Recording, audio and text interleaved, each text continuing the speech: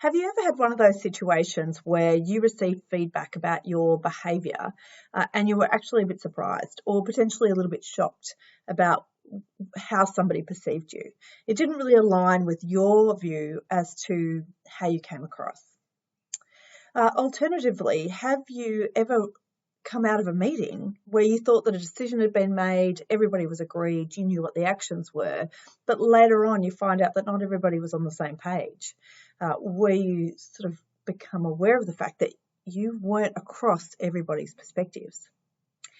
There's also the situation where you're heavily reliant on facts and data and information, and you present that to other people, but they don't get on board with the logic of the idea, and then you find it very difficult to sway them to your point of view because they're not reading the data, and you think that potentially they're a little bit illogical because the facts tell the story and they're not aligned with you, and then you can't sort of sway them to your opinion because they're not seeing the information the same way you are. And then finally, sometimes we have situations where an hour or so later we realise that we're like clenching our fists or our jaws really tight, and it's because we're feeling really angry, and you sort of recognise that and go, oh my goodness, for the last hour or so since that particular incident or meeting that caused the emotional response for you, you've been in this heightened state, and then you have to sort of stop and think about, oh, hang on a minute, how did that come across to other people, and how might that have impacted on some of my relationships and some of the decisions that I may have made in the last couple of hours? So all of these situations point to our level of self-awareness. How aware are we of how we're perceived by others? Do we know how we are coming across? Are we relying too heavily on data and information rather than connecting on a human level in relation to decisions and being on board with the one idea? Also, too, how is your emotional state potentially compromising your performance or compromising the trust that you have with other people? So it's really important for us to understand that with self-awareness comes that ability to recognise our emotional state, know what our hot buttons are, and then also to be able to manage ourselves in that moment. We really have that opportunity to think about, how am I perceived, how am I coming across, and what might I need to do to change the situation.